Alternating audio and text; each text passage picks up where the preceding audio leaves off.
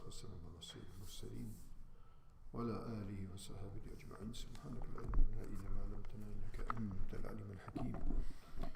سبحانك لا فهم لنا إلا ما فهمتنا إنك أنت الجواد الكريم. وقل رب زدني علما. أعوذ بالله من الشيطان الرجيم. ومن أهل الكتاب من إن تأمنه بقنطار يؤديه إليك ومنهم من إن تأمنه بدينار لا يؤديه إليك إلا ما دمت عليه قائما ذلك بأنهم قالوا ليس علينا في الأميين سبيل ويقولون على الله الكذب وهم يعلمون. صدق الله العظيم. So here Allah subhanahu wa ta'ala, after mentioning the disbelief of many of the Ahl Kitab, their disbelief, their denial, their refusing to accept the truth, and not only that, but even concealing it. So here Allah subhanahu wa ta'ala mentions their breach of trust with the creation. First, a breach of trust with the Creator, and now in terms of the property and the amanat, and the breach of trust with the creation. وَمِنْ أَهْلِ الْكِتَابِ مَنْ إِنْ تَأْمَنْهُ بِقِنْطَارٍ يُؤَدِّهِ إِلَيْكَ. There are amongst the people of the book that if you give them a trust of a qintar is a huge amount, for example, like a mountain worth of gold or silver. So there are among them that would give it back to you and return that trust and would be responsible for that. They have that quality. Some, وَمِنْهُمْ مَنْ إِنْ تَأْمَنْهُ بِدِينَارٍ لَا يُؤَدِّهِ إِلَيْكَ إِلَّا مَا دُمْتَ عَلَيْهِ قَائِمًا. And however, there are others that they would not, return the trust of one dinar, perhaps $1 or $5, $10, unless you were standing on their head, forcing them. And why is this? ذَلِكَ بِأَنَّهُمْ قَالُوا لَيْسَ عَلَيْنَا فِي الْأُمِّيِّينَ سَبِيلٌ. That is because they say, as for these unlettered, these illiterate, these people who are not from our caste, from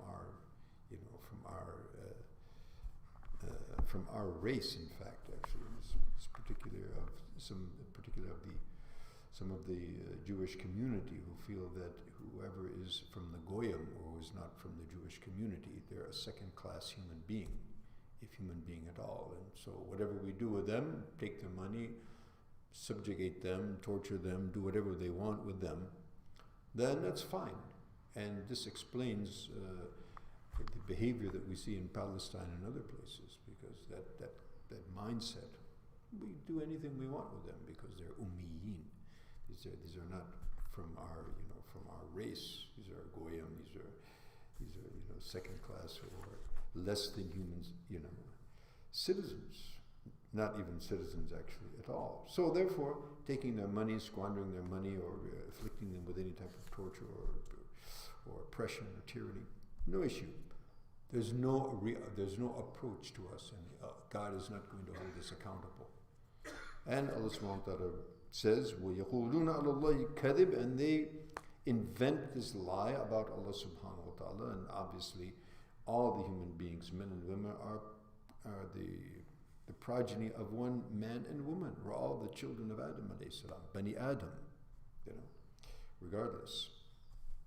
Okay, so they invent this lie against Allah subhanahu wa ta'ala, and in fact, they know the fact. They're very well aware of that fact.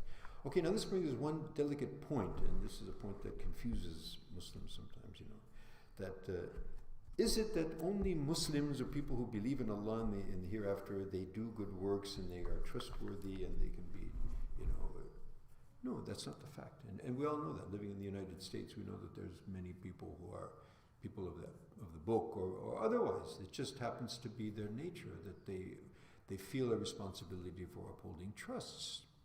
So what is that? Well, that comes from the fitrah, that comes from the natural disposition. فَأَلْهَمَهَا فُجُورَهَا وَتَقْوَاهَا. Allah subhanahu wa ta'ala has actually placed some basic, criteria within the nature of human being to distinguish right from wrong, truth from falsehood, And so everybody can feel that telling the truth feels good, it feels right. Telling lies is the opposite. upholding trust and being trustworthy, it feels good, it's right. This is nature. Unless your nature gets really twisted like, the ones that we heard about here just now, they've twisted their nature around so much. So, that being the case, so what about on the Day of Judgment? Will that help them? Yes and no.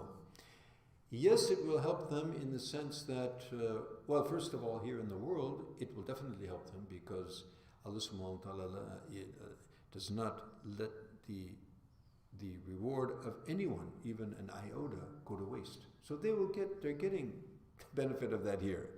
The good life, they have a good house, they have children, family, food, air to breathe, you can't even measure that in terms of wealth. In the hereafter, without Iman, there's no entrance into paradise. However, just as the paradise is many stages, the fire of hell is also many stages. Jannah is called darajat, and Jahannam is called darakat. The munafiqs fi dark al-asfali min an-nar.